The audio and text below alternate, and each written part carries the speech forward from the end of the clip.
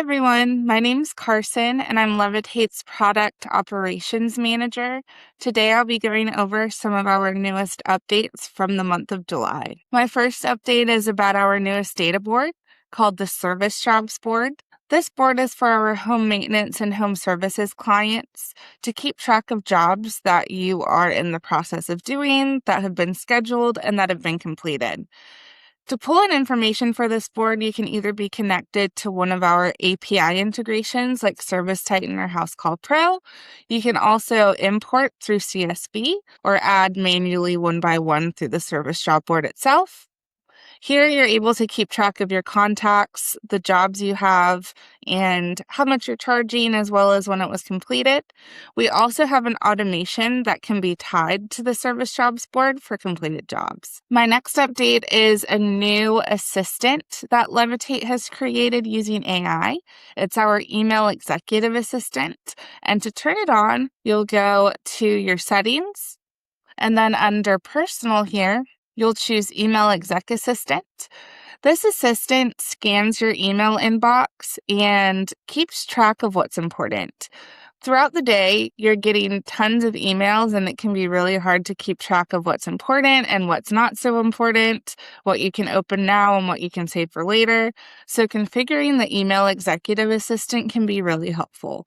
You can set up priorities for the assistant so it can hone in on those important emails that you're getting so they don't slip through the cracks, especially on busy days. You can also set keywords for it to flag. So if you get a certain type of email with a certain type of keyword that you've entered here, it'll also show up.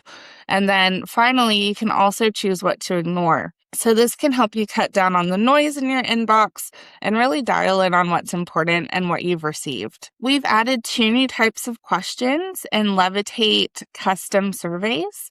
The first is going to be a linear scale question where the respondents can choose a number between 1 and 5, 1 and 10, whatever you'd like to set it to give a rating on a service, an event, or just their business in general. We also added NPS scores. So this is a super requested feature, and I'm really excited that we have it now. NPS stands for Net Promoter Score, and businesses can use it to rate their business in general, an event that they've held, a service they offer, and you can send this out to your clients to give a rating here. The question is set by default, but it can be changed. So if you have maybe a webinar that you hosted and want to get an NPS score on it, you can send it out specifically for that, or it can be more broad. When you send this out, the respondents are asked to answer this question on a scale from 1 to 10. And when the responses come back, they're organized in a specific NPS survey report, which you can access through our tags and reporting section here. And we have a new NPS survey report section for you to check that out. Our next update also has to do with surveys, but this time it's for donation surveys. In donation surveys, when you go to create it, under notifications, there's a new option for sending a donation receipt after a successful donation. Here, if you leave this blank, it'll just send a standard receipt. However, you can also customize it so folks get a specific message or even a link on their receipt when they send in a donation through a Levitate donation survey.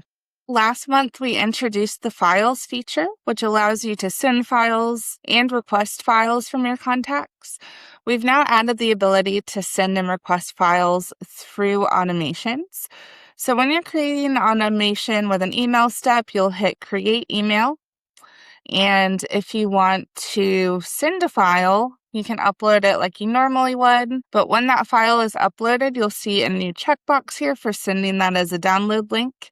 So every time it comes through the automation step in the email, there's going to be a link here for every recipient to securely download those files. And then if you want to request files through an automation step, you'll just choose Merge Fields, choose Files, and choose the file request link. So here you can add context as to what kind of files you'd like them to upload and send that through an automation step for a hands-off kind of outreach. If you use Levitate to schedule meetings, create events, and have action items, you can now see those all in one place under the My Calendar section of your settings.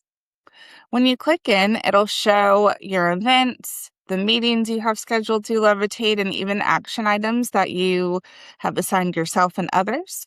If you're an admin, you're able to see your own calendar as well as the calendar of your other users. So it keeps a lot of Levitate information all in one place for you to check. We've added 2 new updates to our schedule a meeting feature.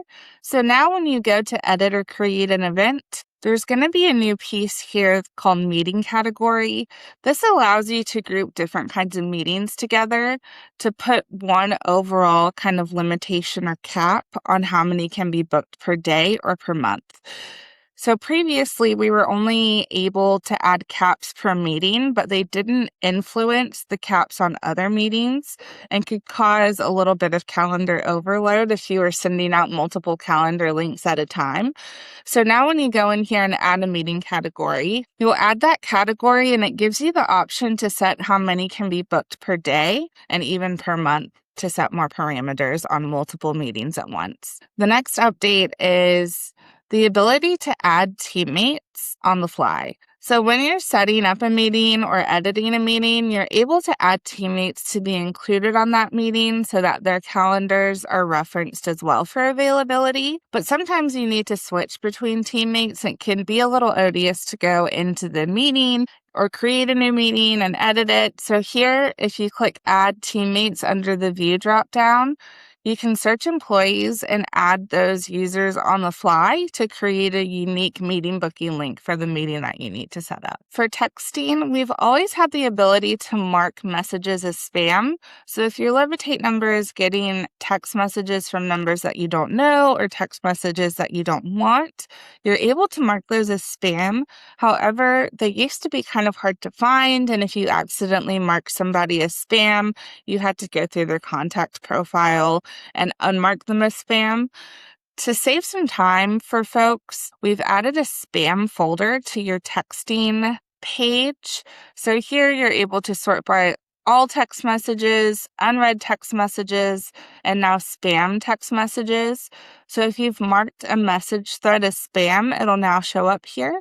And if you click into it, you can either unmark it as spam through this banner or click here and unmark as spam, and then it'll show back up in your inbox.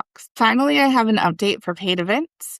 So when you go to create an event survey in Levitate, mark it as a paid event, and look at each tier, you're now able to set a number of attendees that one ticket will cover. Sometimes it can cover 10 for a whole table, sometimes it's just 1-to-1, and you're able to update that here. Attendees per ticket will impact the maximum capacity. So if your maximum capacity is 100 and one ticket covers 5, each ticket will take your maximum capacity down by 5 guests. That's all I have to cover for the month of July. If you want to read about more updates, be sure to check out our July release digest and our help articles at help.levitate.ai. And I look forward to talking to y'all next month.